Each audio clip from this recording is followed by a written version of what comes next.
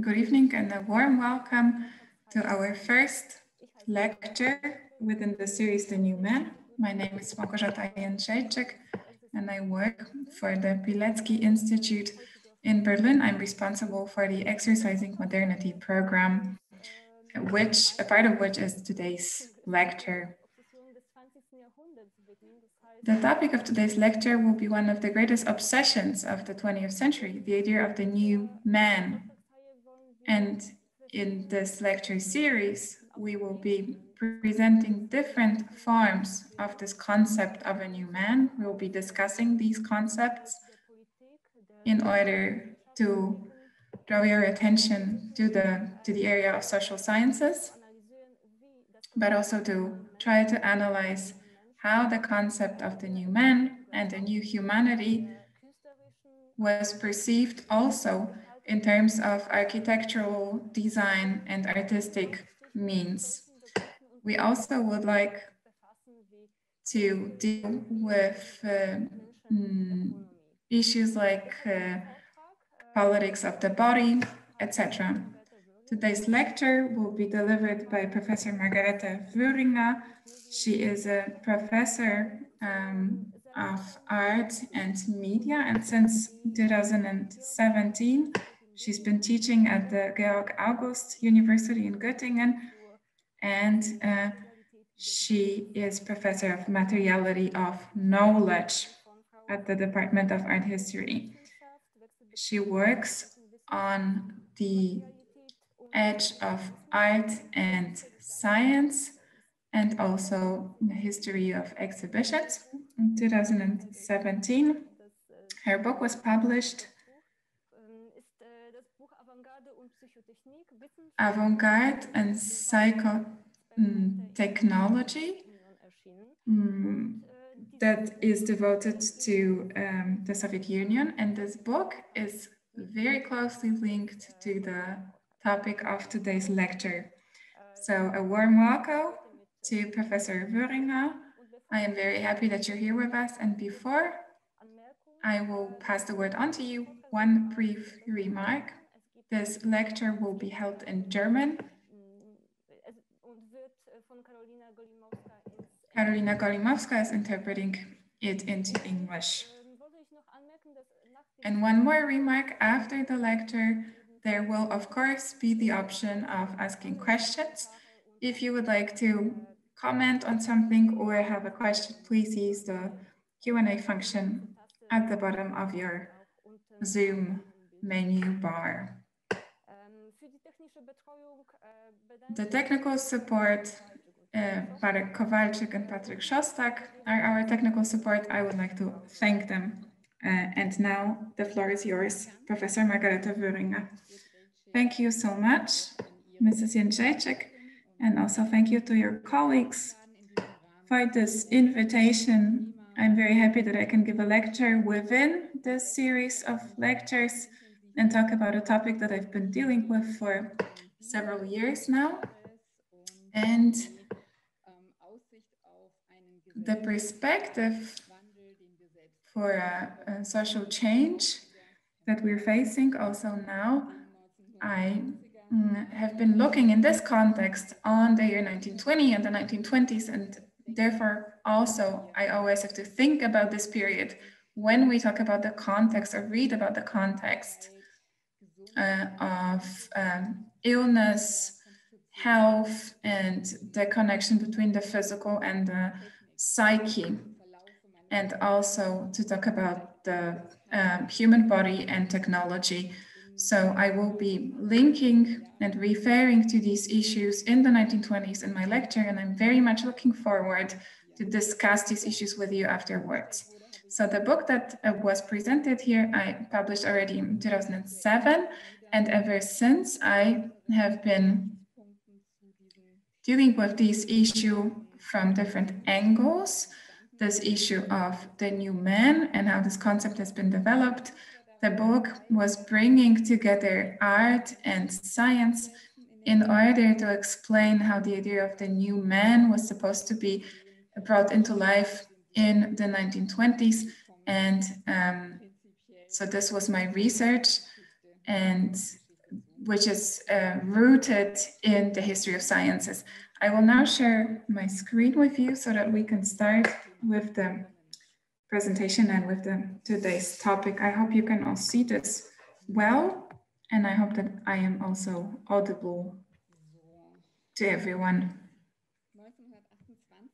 In March 1928, 8 students met at the Moscow University and discussed an article that appeared in the newspaper Moscow Evening, written by a certain Alexander Bogdanov, known to the students primarily as a social revolutionary and political opponent of Lenin. The article reported on something that could hardly seem stranger in the time of 5-year plans: an entirely new, unique method of improving and prolonging life through reciprocal blood transfusions. General mental and physical stimulation was mentioned in the protocols for the transfusions performed, as well as an increase in work capacity and self-esteem, improvement of muscle strength, vision, and hearing. The hair color became more beautiful, it was said. The nervous system became more balanced. Irritability decreased and sleep became calmer. General mobility increased, pains disappeared. The face color seemed fresher and healthier. In one test person, bone deformations of the toes even disappeared. In all cases, a calmer and lighter attitude to the difficulties of everyday life was reported. In some cases, there was even talk of a healthier appetite and more effective budgeting with the brain power. Allegedly, the ability to perceive and understand accelerated. The same was claimed of reading and writing. Inspired by these fantastic prospects, the students collectively decided to undergo a transfusion and went to the State Institute for Blood Transfusion, founded specifically for this purpose in Moscow in 1926. The world's first center for transfusion research. I'm sorry, I can't hear the tone anymore. At this institute, the curious students were initially not admitted to the hoped-for treatment for various medical reasons. Presumably, they did not have the desired blood groups or the necessary physical constitution. But one of them, the 21-year-old student of geophysics, Koldomasov, was ordered back to the institute a few days later. Koldomasov had been diagnosed with an inactive tuberculosis infection, and Bogdanov now suggested a mutual blood transfusion, arguing that because of his advanced age, he himself was immune to tuberculosis and could transfer this immunity to him.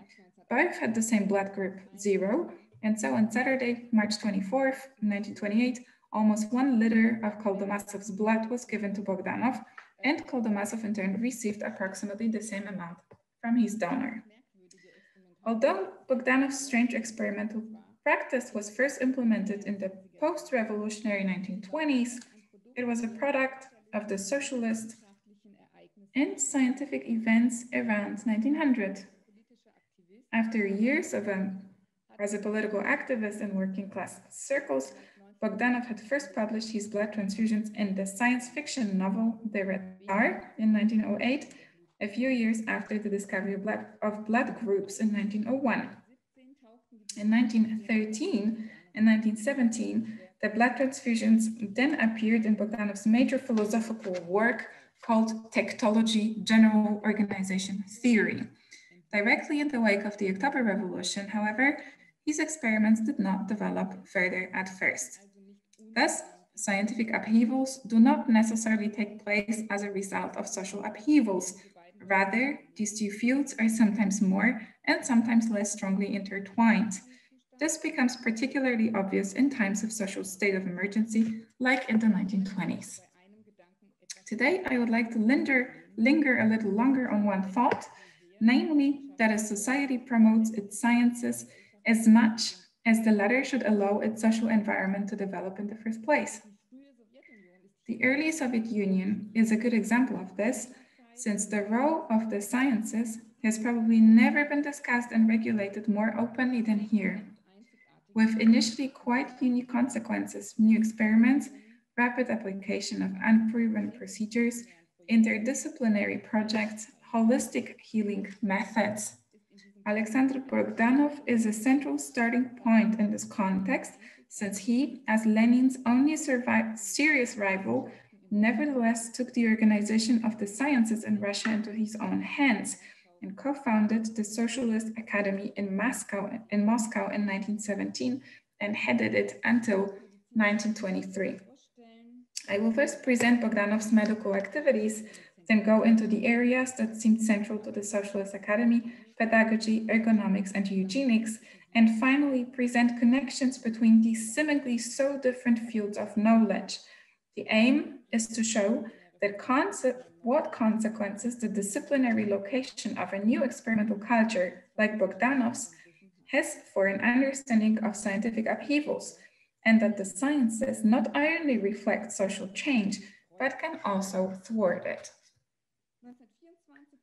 In 1924, the Russian philosopher, physician, science fiction writer, and social revolutionary Alexander Bogdanov began experimenting on himself, subjecting himself to reciprocal blood transfusions. Their purpose was to, quote, extend the life of the organism beyond the limits of what its individual destiny provides for, unquote. Like many of his contemporaries, the polymath believed in the possibility of changing and improving the psychological conditions of the human being in the long term in order to prolong life. He saw the means to this end in blood, quote, blood as the universal substance of the exchange of life, as the general milieu of nutrition and secretion for all other milieus, is highly suitable as a means of transmission of various elements and their combinations, unquote. Until the founding of his Institute for Blood Transfusions in Moscow in 1926, Bogdanov himself carried out 11 successful blood transfusions, always in the conviction that he was adding substances to his body that would make it healthier, more resistant to diseases, and thus younger. Conversely, any deficiency symptoms of his donors were to be remedied with components of his blood. Bogdanov had to invent the test and technique for this experimental arrangement himself. It had no precursors in experimental physiology or medicine. At first, the hopes of this bold psychologist seemed to be fulfilled. By October 1927, his institute had performed 213 transfusions with 158 patients. His self-constructed apparatus spread to all republics with the funding of transfusion centers. Approved by Lenin and financed due to Stalin decisions, Bogdanov's institute was one of the most prominent therapeutic centers in young socialist Russia. You can see this mechanism that was developed by Bogdanov here.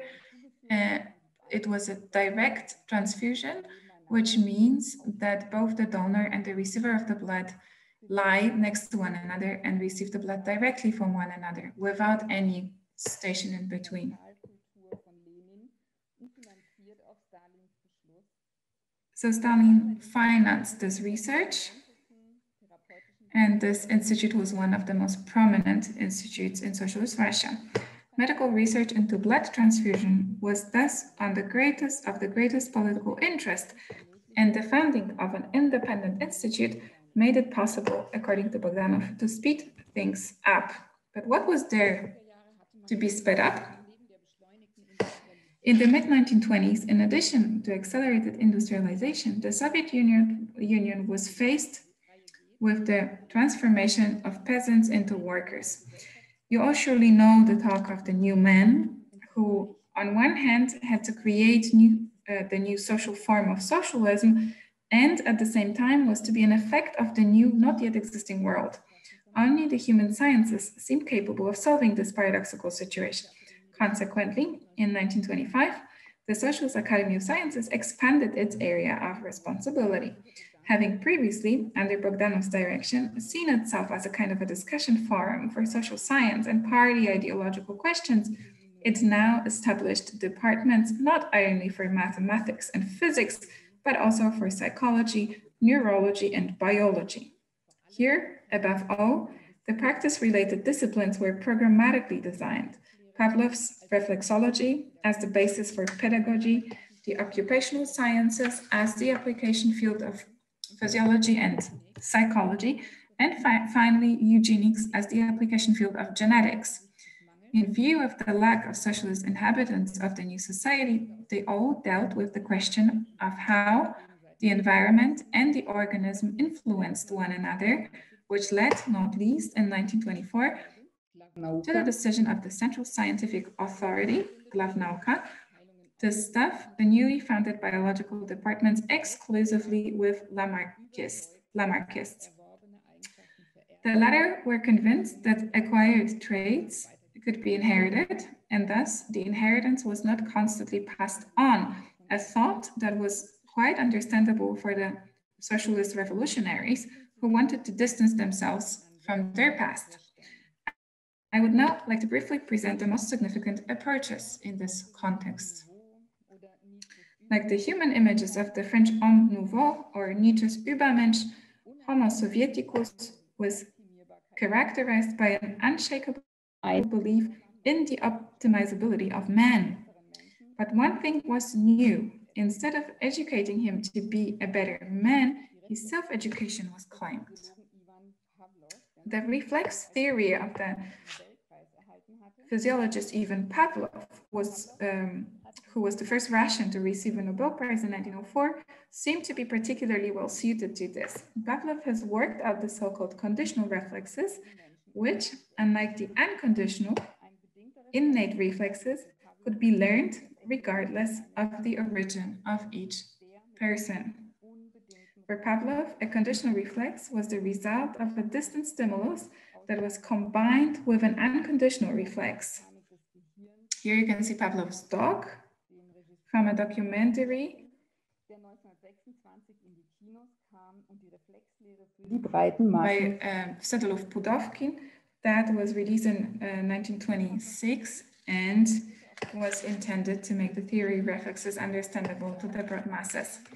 The famous Pavlov's dog reacted to the sound of a certain tone associated with food intake by secreting saliva. If this was repeated often enough, the dog already secreted saliva without even seeing food.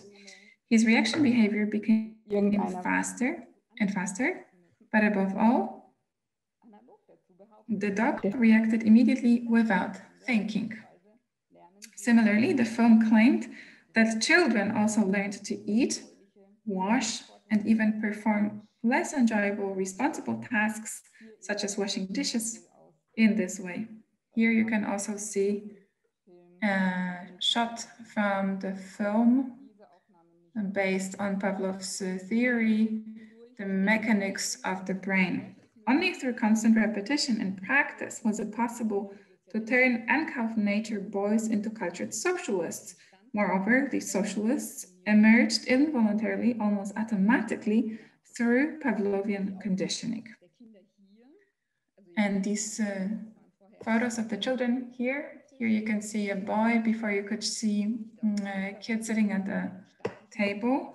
And the photographs of the children here do not come from Pavlov's laboratory, but from a state children's home.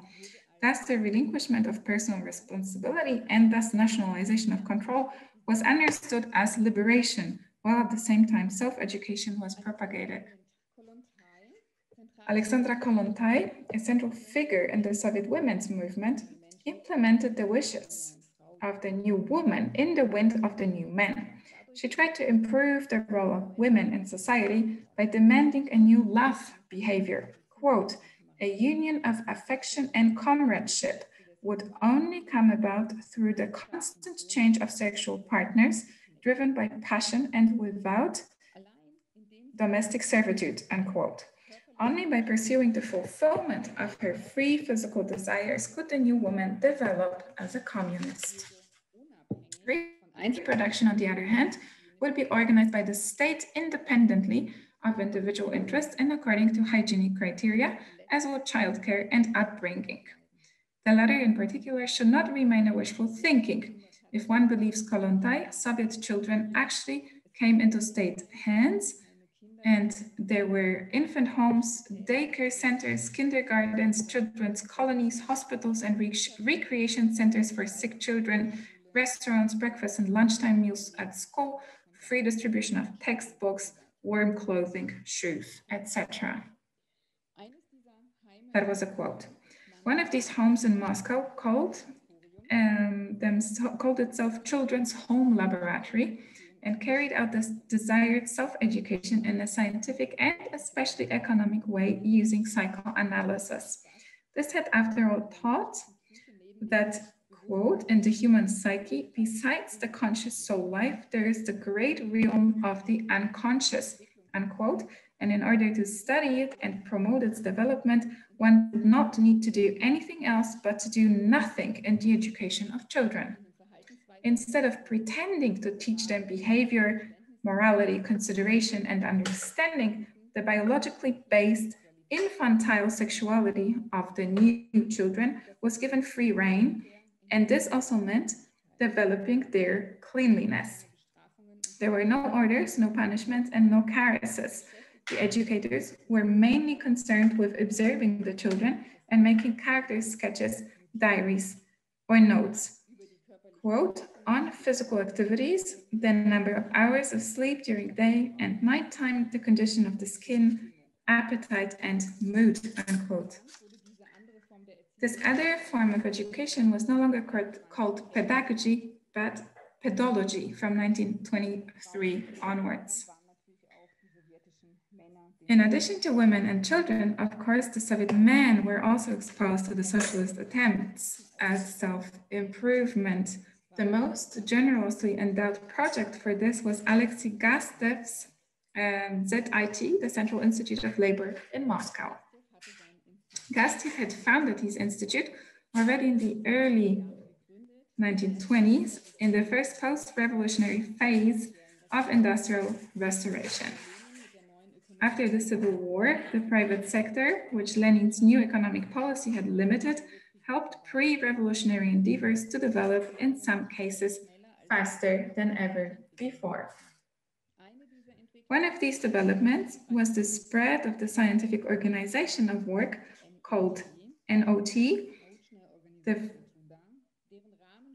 the framework of which was already defined at the first conference devoted to it in 1921 by none other than Alexander Bogdanov.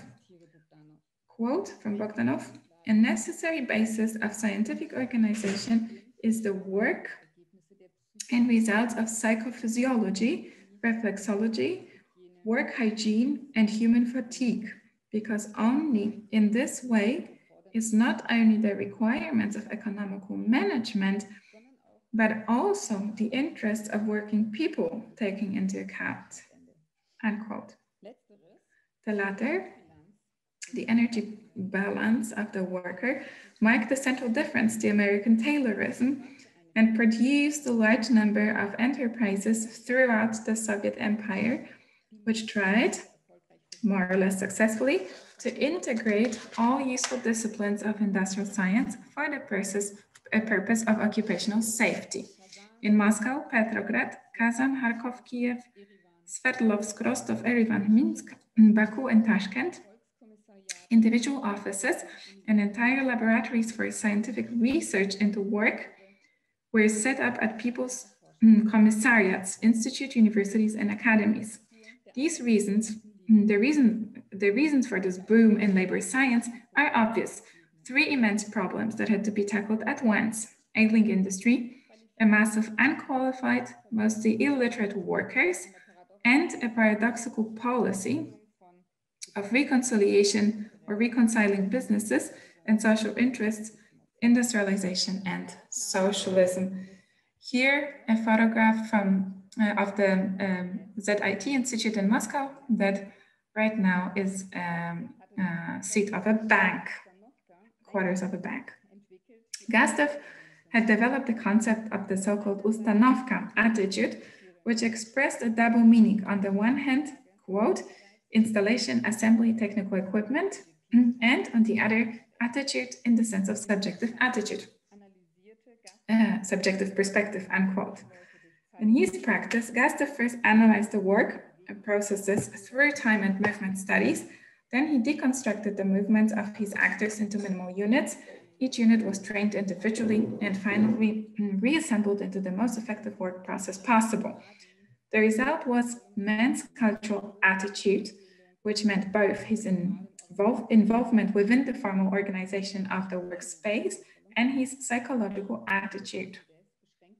For him, however, psychology was limited to the reconstruction of the musculoskeletal system, to the creation of nerve muscle machines, human machines whose psyche was to change through the training of their physicality. Produktionsmethoden, sondern auch die täglichen Gedanken. Mechanization not only standardizes gestures, not only production methods, but also daily thoughts, unquote. In the context of all these transformations of the old into the new men, Soviet eugenics was not left out in order to fulfill the proclamations of Leo Trotsky, Lenin's early companion and later Minister of War, quote, "Man will finally begin to harmonize himself. He will make it his task to give the movement of his own organs at work, while walking or playing, the highest clarity, practicality, economy, and thus beauty. He will feel the will to master the semi-conscious and later also the subconscious processes in his own organism, breathing, blood circulation, digestion, and fertilization. Life, even the purely physiological, will become a collective experimental life. The human race will once again be radically reworked and, under its own hands, become the object of the most complicated methods of artificial selection and psychophysical training." And it's impressive how much these initiatives of the time were trying to fulfill this idea. The biologist who devoted himself to artificial selection and became the central figure of eugenics in Soviet Russia was the geneticist Alexander Serebrovsky, geneticist. Since the mid-1920s, he had been planning a database for recording the genetic makeup of proletarians, which he called Genofond, best translated as gene pool. In his economy of genes, he understood the Soviet population as a social wealth. That was a quote. Through what was later called population genetics, the aim was to locate economically significant genes, determine their frequency in the population, research their distribution routes, and finally to make the material available for the selection of optimal sexual partners. He considered the, quote, higher levels of human creativity, i.e. artistic, scholarly, and scientific activities, unquote, to be the most important in this context. They had to be recorded nationwide. Their hereditary foundations and the processes that changed them should be researched. In concrete terms, this meant that, quote, the day-to-day policies of the commissariats for health, education, work, security, and justice had a direct influence on the fate of the human gene pool, and therefore its concerns should be taken into account in the construction of the country as a whole. In 1927, the Lamarckist-oriented scientific world of Soviet Russia underwent a radical change. The American geneticist Hermann Muller, himself a socialist and from 1933 for a few years in Russia, brought about the final turning point in the evolution of genetics worldwide. He discovered the artificial mutation triggering by X-rays, for which he later received a Nobel Prize. The artificial triggering proved that the genes had the material structure and ensured that genetic theory prevailed over Lamarckist ideas. Serebrovsky reported Muller's discovery in Pravda and drew a parallel between this, quote, shock to the scientific world, unquote, and the last social shock to the Russian world caused by the October Revolution. Supported by Muller, His idea of population genetics led to the program of the Medico-Biological Institute. I don't have a photo of it, unfortunately, which Zerebrowski headed from 1928 and supplemented by a Department for Genetics and the Constitution of Man. Here, for example, it was about the reduction of epilepsy. For this purpose, family trees were collected, which were compiled into a genetic register in which outpatient clinics, maternal counseling centers, and registry offices were to participate equally. They advised families of epileptics on marriage and pregnancy, calculated risk figures for existing pregnancies, arranged abortions and sterilizations. But eugenics meant not only research into hereditary diseases, but also the determination of diseases related to civilization. In America, Muller had tried out test procedures to measure social skills and attitudes and to use them to differentiate the proportions of environmental and hereditary influences. He suggested that psychologists should also be consulted, which Zerebrowski did with a student of Muller's, Salomon Levitt. In 1929, 100 doctors and psychologists worked at his institute to record genealogies and medical histories without gaps. Once all Soviet citizens were living under equal industrialized living conditions, it seemed easy to identify the genetic components of diseases such as diabetes or peptic ulcers, and to prevent their outbreak through early detection and preventive medicine. Zerebrowski's long-term goal was to use eugenic interventions to ensure the population's ability to perform and adapt to an industrialized socialist society so that, quote, in future, the 5-year plans would be fulfilled in half the time, unquote. This program was thus the logical extension of the labor sciences as practiced by Gastev, which were also intended to promote rationalization and increased performance in Soviet industry. Not only work behavior and everyday life, but also human reproduction was to be controlled and even standardized through artificial insemination. Traditional life contexts would be dissolved and reassembled. The bourgeois family structures would be shattered and women freed, Zerebrowski proclaimed.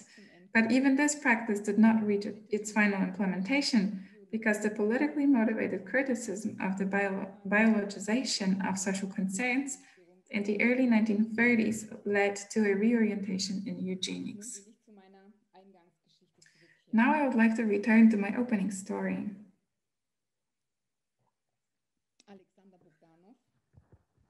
Alexander Bogdanov,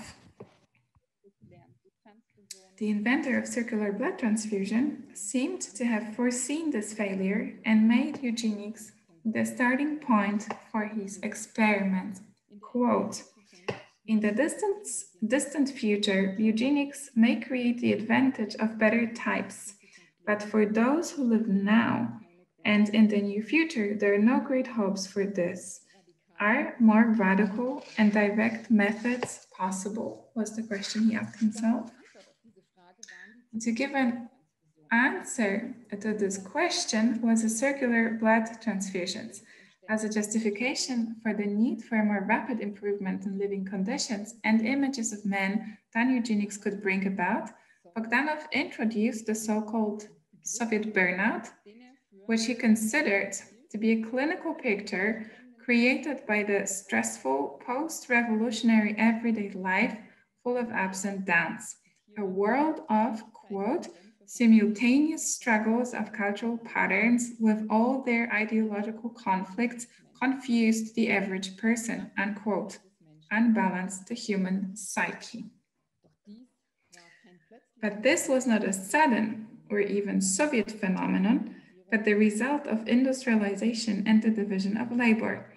The latter forced the worker to perform the same very simple movement every day. Is this still a human being? Bogdanov asked. That's a machine.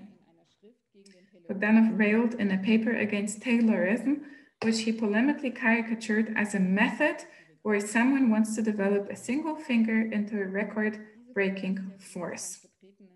This physiological work, optimization represented by Gastev in Russia, must have seemed downright ridiculous to Bogdanov, so much so that he described its effects on the human blood balance in detail. To achieve maximum strength, the blood flow for the various small muscles must be increased, as well as the nerve power. The uneven distribution of the necessary blood can only be partially and to a limited extent managed by the vascular centers together with the reflex apparatus of attention. Further concentration of power triggers rapid and strong heart contractions and an increased activity of the entire supply apparatus. And this resulted in nothing other than premature aging. The consequences of industrialization were not only negative, however, he said, for with time, quote from Bogdanov, the senseless mechanical work was transferred to real machines and the worker could become human again, unquote. But this turned him into a helmsman of machines, into the engineer whose work was primarily organizational, psychic activity, no longer performing it, which in turn had to lead to a psychological overload of the worker. Quote, the more man conquers nature, the more the sum of collective experience grows up to such gigantic dimensions that its complete comprehension in a psyche is unimaginable, unquote. Thus, the Soviet burnout primarily affected older people, responsible workers, and organizers of life who were overwhelmed with work. The various forms of these overloads were, according to Bogdanov, weakness, reduced ability to work, sluggishness of the bowels, somnambulism, furthermore, general thus at the same time physical and psychological malfunctions. Bogdanov must have been convinced that psyche and physis influence each other. Quote from Bogdanov, among other things, our experience has shown that the state of the consciousness is closely connected with the physical health of the brain, unquote. This was the only way he could try to heal also and above all mental illnesses by blood transfusions.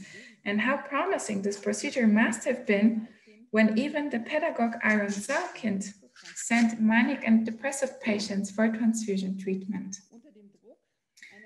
Under the pressure of an emerging new dictatorship, Bogdanov thus saw the need to transform his workers in a hurry, that is, more effectively than pedologists, eugenicists, or labor scientists were able to do. He might even have understood the latter as a contribution to the lamented Soviet burnout, inasmuch as they stimulated the disorganization of the body by arousing the senses with shock effects and thus manipulating the reflex system. For, quote from Bogdanov, when the system is disturbed, the motor reactions of the body, whether conscious or unconscious, are in a mass conflict, are inappropriately and abnormally numerous. The person is agitated, torn, unnecessarily tense, etc. All this is a waste of energy and disrupts the functions of the other organs, unquote. Bogdanov realized that the fragmentation of the labor scientists had damaged the vital coordination and suggested mutual blood transfusions as a means of healing or reconstruction. The reconstruction of life as a unit of conscious and unconscious activities, always believing in a physiology that could quasi-automatically reorganize and harmonize life as a social, psychological, and physiological whole. One more quote from Bogdanov, the more automatism there is, the less fluctuation there is, and the easier it is for the organizer to master his task, unquote. Finally, two different models for the understanding of society can be seen here in this psycho and a physiocentric one. One model that understood society as an effect of external stimulus transmissions, and one, the one of Bogdanov's, that conceived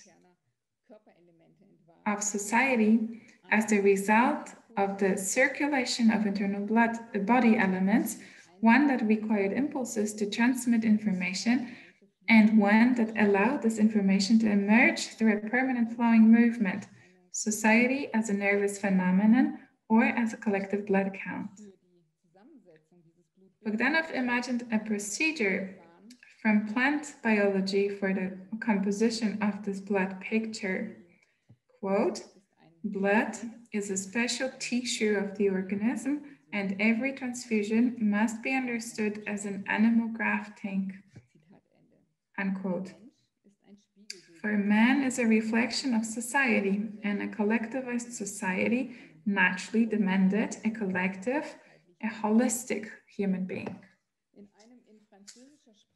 In a conceptual text written in French from Bogdanov's personal estate, the title of the text is La Greffe du Sang, the grafting of blood. Bogdanov describes in detail, in French, how he had imagined the most efficient of all blood transfusions.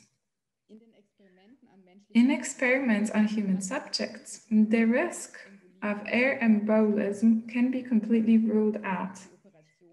To do this, it is sufficient to perform the operation underwater, which prevents the inflow of air.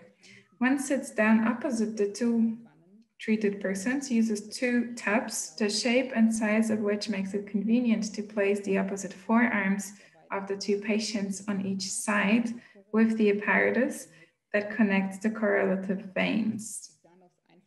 But Bogdanov's ingenuity seemed limitless when it came to increasing efficiency, i.e. controllability and speed of his blood transfusions. The reason for this was a quantitative expansion of blood transfusions. Bogdanov was not simply interested in one-sided blood donations. He had designed circular exchange procedures. Quote from Bogdanov, "You can combine the same subject with several others in a consecutive manner. In this way, almost the entire quantity of his blood would be renewed." Here again, an exemplary depiction in German from a book of the time, since I have not found anything that would be could be compared to this in the Russian language, but I'm sure it can be found. One just needs to look for this. This circular blood transfusion, Bogdanov spoke of collective physiology here. He wanted to link several subjects together several times, alternating donors and recipients, transferring blood in both directions. Quote from him, "The result is approximately the same if you form a chain of several individuals who are connected to an equal number of transfusion devices." Unquote. Only in view of this chain-like arrangement of his patients, this blood grafting announced in the title, is the political relevance of Bogdanov's experiments comprehensible? Quote from Bogdanov, "This is the friendly, lively exchange that works beyond ideology in the physiological sphere." But it never came this far. In his 12th blood exchange with Koldomazov, Bogdanov failed, if not because of his own transfusion model, then because of the insufficient level of medical knowledge. His body had, as desired, always produced new antibodies against the invading foreign elements with every transfusion. However, certain blood factors could not yet be determined in his time, and so he finally succumbed to a shock of immune isoantibody overproduction on the 12th occasion, a strong counter-reaction of his own immune system to the foreign red blood cells. His struggle for life lasted 15 days until the end, accompanied by meticulous self-observation. Unexpectedly, as can be seen from the protocols, the condition occurred, death, which he fought tirelessly and which Bogdanov had prophesied months before as a disturbance of inner harmony and as a general disorganization, a quick end. Koldomazov, on the other hand, also after days of struggle for survival, survived the transfusion and was, in fact, cured of tuberculosis, 76 years old, in an unhospitable Novosibirsk. The medical application of circular blood transfusion came to an end after this catastrophic event, but research into one-way transfusion and life in the blood has since experienced a boom, and this not only in Russia. Bogdanov's Institute for Blood Transfusion still exists today. It is now called the Scientific Center for Hematology of the Russian Academy of Medical Sciences, and you can find it on the internet at www.blood.ru.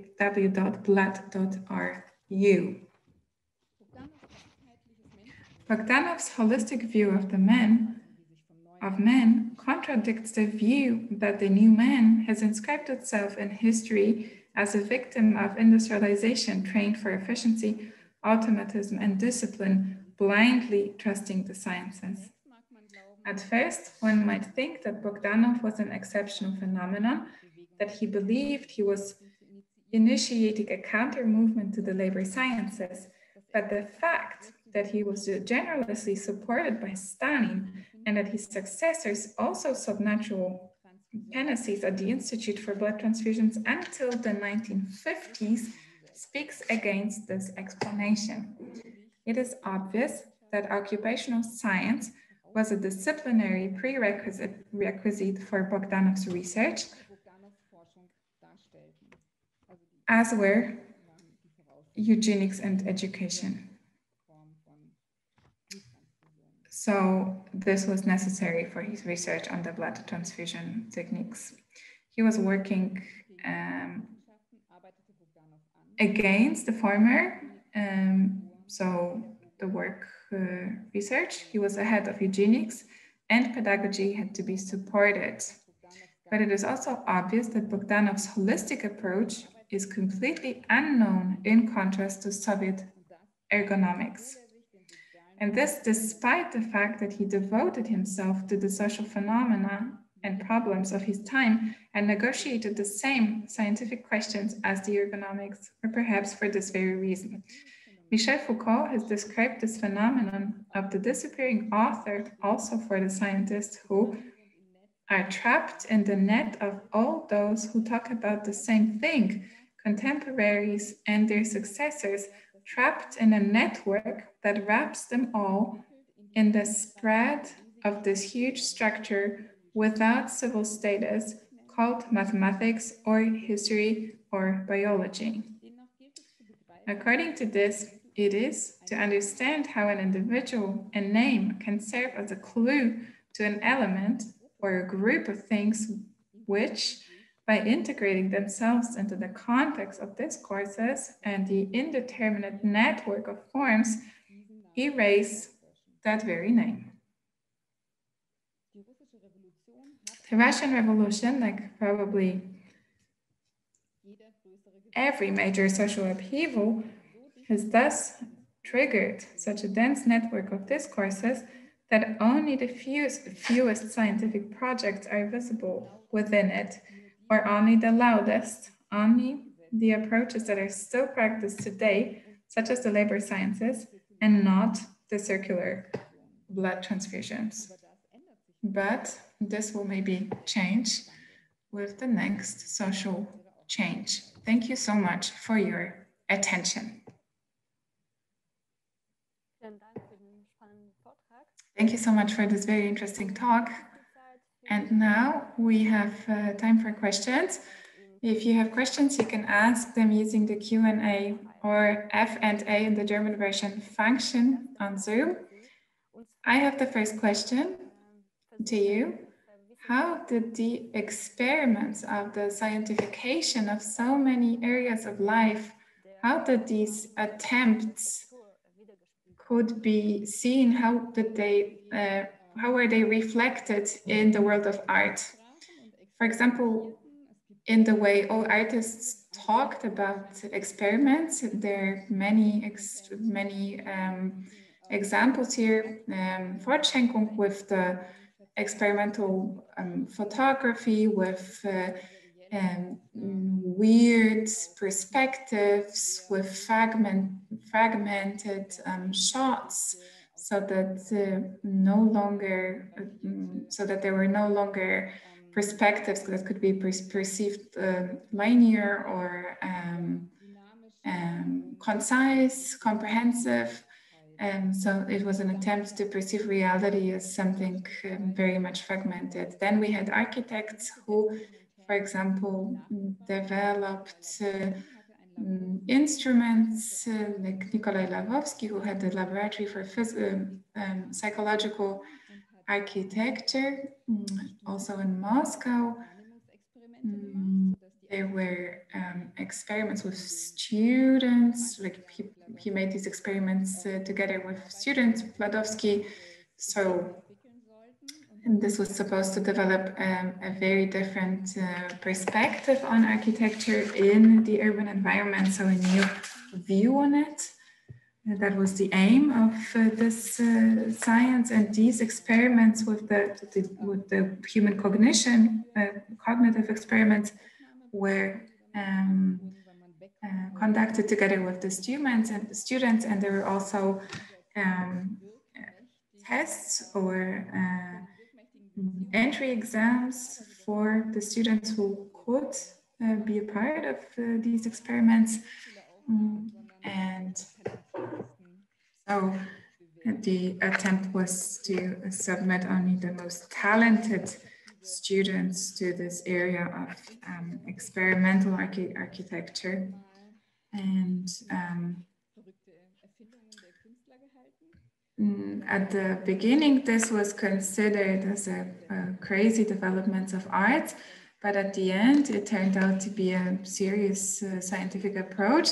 Similarly to Bogdanov, at the beginning, you could think, okay, what kind of a craze is this? But then if you perceive the times, he was not the only one. There were many similar attempts with blood injection, related techniques, etc., with the aim to prolong or change life or to improve the human being as such.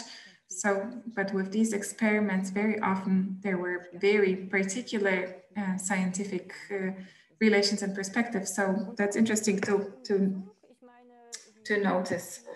Was there also a practical, pragmatic level?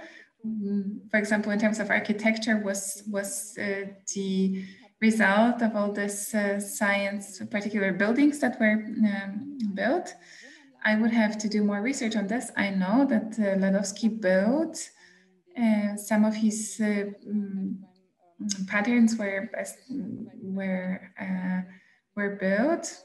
Lubyanka, for example, a building that he designed, or also the entrance to the subway. It can be seen in Moscow. So if you know that they conducted experiments, then you perceive this architecture differently. And I perceive this architecture as something completely experimental. If I did not know this, I would compare it maybe with Melnikov, who worked in very different ways. But knowing that they conducted experiments on the cognitive level, you perceive the levels, the spaces in a different way. And I was irritated at many points. I'm sure that there's more research on this in Russia. I know there's this wonderful gallery in Moscow that also shows historical materials. That they do research and then present their research. I could send it to everyone if you're interested. And they also worked with Ladovsky's instruments. So they built these instruments themselves. That was very interesting. You could look into such an apparatus and ask yourselves whether this could have worked, whether this could have changed anything, or maybe where the Central Institute of Gustav's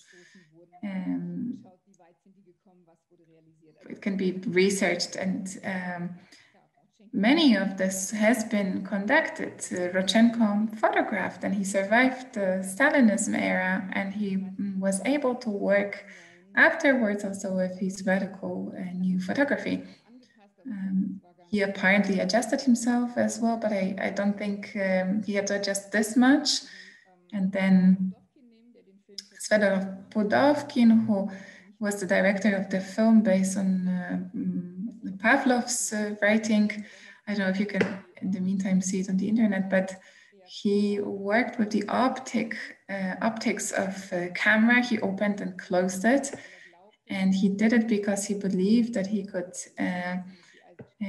reveal reflexes with the audience, like Eisenstein with his theories. So Budovkin's idea, and he learned from Pavlov's theory about reflexes, and he thought he could use it in his for his film-related cutting techniques. And he was also involved at the Film Academy, and he worked with different film theoretical texts. This film of his was shown worldwide. He traveled a lot presenting it. He went to England, to Italy, etc. So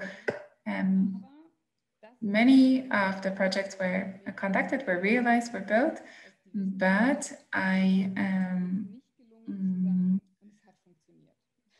can't say, after I have seen many of the artistic projects, I can't say whether this worked out. It's from this perspective, from now, it's very difficult. But what I found out, what I wrote, what I read, when I looked at the binary way of how these artists worked, and that's the phenomenon of the psychotechnique as a form of applied psychology, I came to the conclusion that these were not strictly utopic projects, but they tried to apply something in the social realm that was actually thought to be done or conducted in a laboratory. So something that worked in a laboratory and was tried to be applied in the open space of social realm, this became difficult. Whether these the psychological effects could work, and psychotechnique had exactly the same problem. So people who were trying to do psychotechnique at the time were criticized a lot, that this was all rubbish. Taylorism as well was very much criticized in the US because you could not have proven that this worked, and this also applies to artists. Thank you. This is a very interesting topic. I can see that we have many questions in the meantime. Oh, I can't read at the same time. I will try with them first. I will start with the first question. Kasmira Sokoli. Mrs. Vöhringer, could you give me your email address, please? I will write this email address in the chat. This email address will change soon. Göttingen, so. And the next question. I hope this is not too much off topic, but can this combination of science and Fleck thought collectives, can this be brought together? Yes, well, why not? The thought collectives, I have not met them. I have not come across them in my research related to Russia. So I can't really say much to this, but I learned a lot about Fleck, especially in terms of what he wrote about science as something that cannot be objective, but that is always developing and that always changes within a given thought collective. And that scientific practices, there is a text that he wrote about the crisis of sciences, in which he underlines that scientific practices transmit a very different understanding of knowledge than the pragmatic level. So everything that I read about in the text by the Russians of this time about their ideologies did not, about the theoretical ideologies, did not always mark the or match the practical, the pragmatic area or level. And the instruments, the tools that I found that they used, I couldn't connect them with what they wrote or what was written about them. For example, Pavlov, if you read in Russia at the time and also outside of Russia, what was being reported by Pavlov, I could not bring this in connection, could not connect this with his original work and this film that I mentioned. And then I noticed that the scientist actually reflected a lot and more than the texts that were written about him. And so I would say flex collectives are very important because you can, through them, you can see how the knowledge and the science produced by particular sciences was perceived. And if I did not understand the question correctly, then please email me and then maybe we can continue this exchange via email. And I have the next question. Are the practices and the effects of Bogdanov's transfusion experiments, were they also received and written about, talked about in other countries, in Germany, in the USA? Not that I know of. So there was Douglas Tustis, who was very important for me. That was a hematologist from the United States. And when he retired, he went to Russia, but that was already 20 years ago. He went to Russia and he dealt with the theory of blood transfusions by Bogdanov, and he wrote about it. And he also translated the works of Bogdanov into English, and they were published together with a medical estimation of his own. And he was a hematologist, as I said. So that was very enriching for me and very helpful just to understand what was happening on the medical level, whether it was the state of the art at the time, and whether this was something that could be practiced, that would be possible to be practiced today. And so this was 20 years ago. He was in Moscow and talked with the director of the institute, of this blood institute founded by Bogdanov. And he said, of course, this would not be done these days, but you could imagine that this could influence the persons if it was done regularly. You can see it as a form of a ritual, then of course it would have an impact of the people, regardless the level of the ideology, in a very abstract sense. So you could perceive it that way. So doctors at this institute in Moscow were quite optimistic in terms of this practice by Bogdanov. They didn't consider it or him to be crazy. Douglas Hustis would have to be the hematologist. We would have to write him to ask whether, I'm not sure if he's still alive, but he would have to be asked directly what his impressions were when he traveled to Russia 20 years ago. I can see the next question by Patrick Szostak. Dear Professor Vöhringer, thank you so much for your lecture. If you think today about this progressive visions, especially in social sciences, then you have the impression that social factors come into the central ideology or to the center more than biological arguments that are being perceived critically in terms of history or their connection to history. How the Soviet Union managed to perform the symbiosis. It's a very large question and difficult question to answer. Maybe it was, these were times where there were large hopes that were connected or that linked the social change with many different aspects, and that involved medicine, education, art. And Bogdanov is the best example that everything that I just mentioned was being seen in regard to one another. And this is something that becomes at some point very esoteric. But in terms of Bogdanov's research, this remained very pragmatic and practical. He was very much convinced that everything that he does could contribute to this change. But I cannot tell you how. This is that would probably be the easiest question, the easiest answer.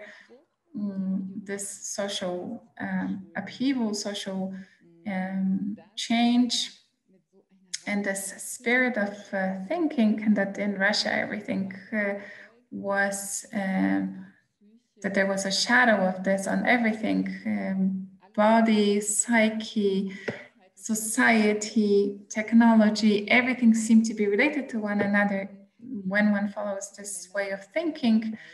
That was something that was not so common in the capitalist countries at that time.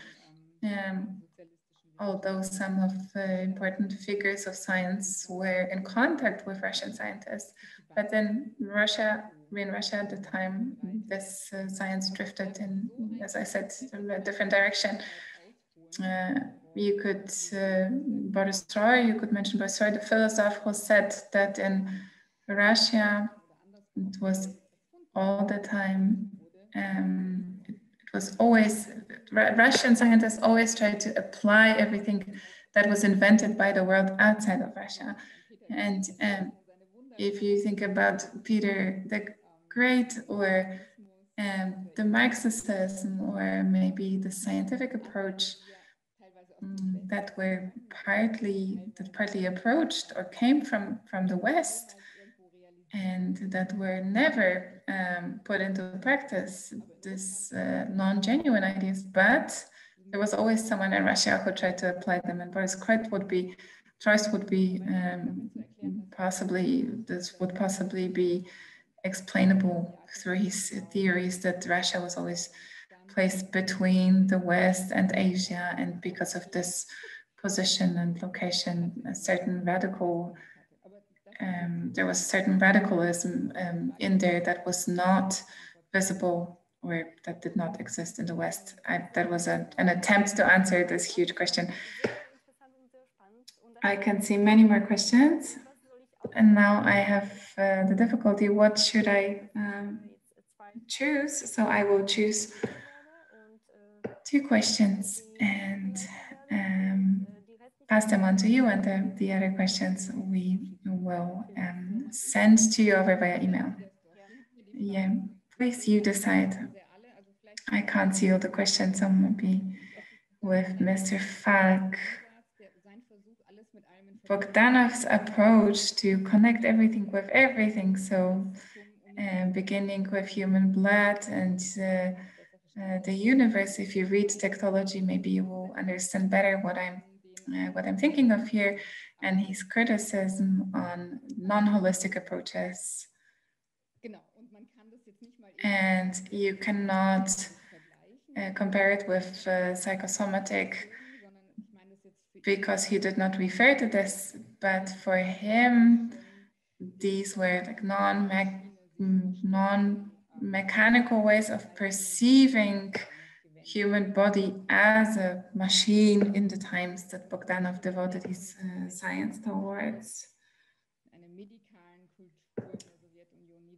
So, yeah, there were also other medical appliances or applications,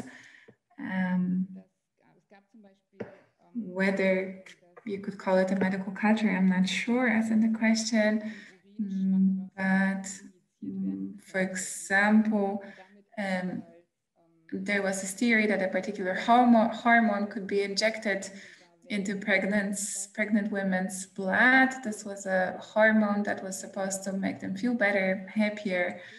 And this was an idea of a biologist who was trying to practice this all around the country. Nyman wrote about it.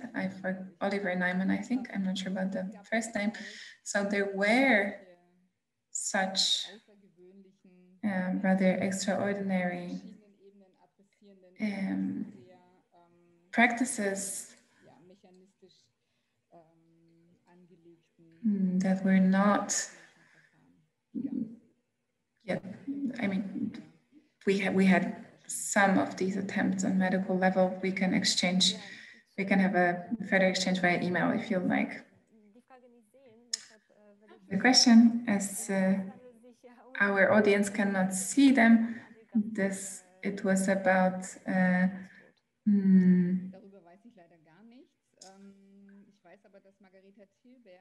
I'm not sure about this question. I know that Margarete Tillman, who researched cybernetics of the 1960s, or maybe still does research on it, and surely worked on the on Gastiev after Stalin's death, but I haven't done much research on this myself. And there's another question from Patrick Schostak. If you talk about experiments with people as, let's say, experiment bunnies in the Soviet Union, would you think that they should be taken into a certain auto-reflection canon of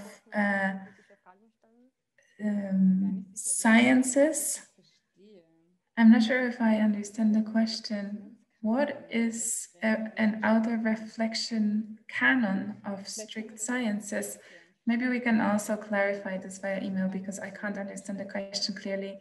So to treat people as experiments bunnies, when, in what instances are people something different than experiment bodies if we talk about experiments? So Bogdanov also experimented with himself. So he was his own experiment bunny. He also encouraged his wife to participate in his experiments. And so these experiments are not as terrible as other experiments of the early 20th century, if you consider this. I'm not sure what is meant by these auto-reflection canon and these strict sciences. So I'm not sure what to do with this question, really. And the last question for the end. Were such radical modern ideas also followed in the Stalinism time and era, or at the beginning of the 1930s, or was this the end? Yes, so Pavlov continued his work and he was considered more important, and apart from him,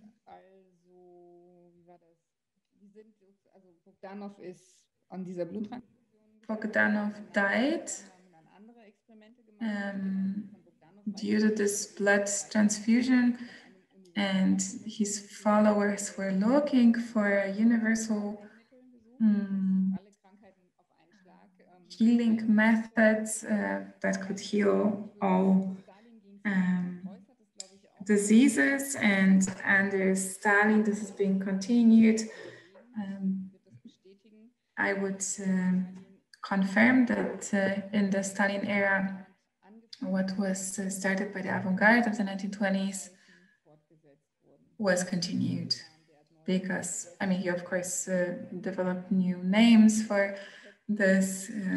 He had new people fulfilling the functions. The architect that I mentioned, for example, he died at some point. He didn't.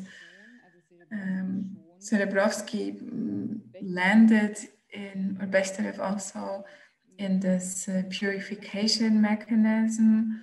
So these who were a little bit more, was enough to be a little bit more rebellious in this authoritarian apparatus.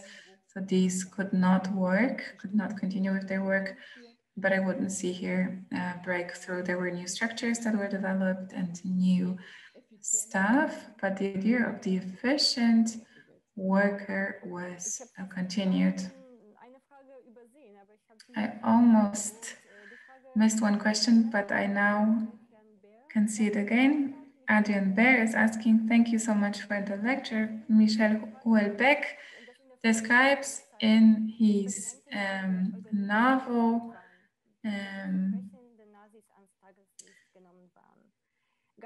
that experiments as the effect of the Nazi times in the sense of eugenics were discredited because they were used by the Nazis. So I can see the rest of the question. Also, Lysenko was basing his theories on the antagonism with Nazi scientists. Well, I have not done research on the times after the Second World War, so I don't have an answer on this question whether eugenics was discredited. Lysenko was discredited at some point, and this is well known. Also, the projects that I talked about, as far as I know, they were not discredited, but I will look into this. I don't know this in this moment. If there are any more questions, you have given us your email address, so please feel free to address Professor Margarete Vöhringer. At this point, I would like to thank for the lecture and invite you to the next event next week. We will have a conversation with Alexandra Ricci, and this is a talk that is taking part, that is a talk in the series Living Archives. And if you're interested in the program Exercising Modernity until December 20th, there is a call for applications. This is a call for taking part in the Academy Exercising Modernity. And this Academy is meant to be a forum for artistic and scientific exchange. And in the last years, it had taken place in Israel, Poland, and Germany. What will happen next year, we don't know exactly yet, but we know that the first part of this academy next year will take place at the end of January, beginning of February, and this part will take place online. But we hope that in the next months it will be possible again to travel, and when everything works well, we will also have our events in different locations. So thank you so much. Now I would like to thank you, Professor Vöhringer, for your very insightful lecture. I would also like to thank my colleagues, Alex Leo-Freya, who co-contributed to designing the series. Thank you to Marek and Patrick for the technical support. Thank you to Karolina Golimowska for the interpretation. And thank you all, ladies and gentlemen, and the audience for being here with us. I wish you a nice and peaceful pre-Christmas and Christmas time, and jump well into the new, hopefully better year. Also from my side, thank you so much for the invitation. It was a pleasure to talk about this topic again and to see the questions from the audience that are very interesting and that show that you never know enough. I can see that there's one more comment. I would like to read this because it's interesting. Medical self-experiments were very common in the 1920s. For example, also Haldane in Great Britain. Thank you for this lecture. Now there's a question, when does the talk by Mr. Ricklin is supposed to take place? I would like to give this question back to the organizers. So the lecture is on Wednesday. I'm not sure about the time. You can check it on our social media channels as well as on our website.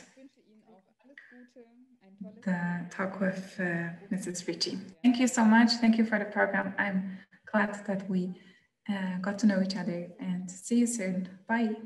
Bye.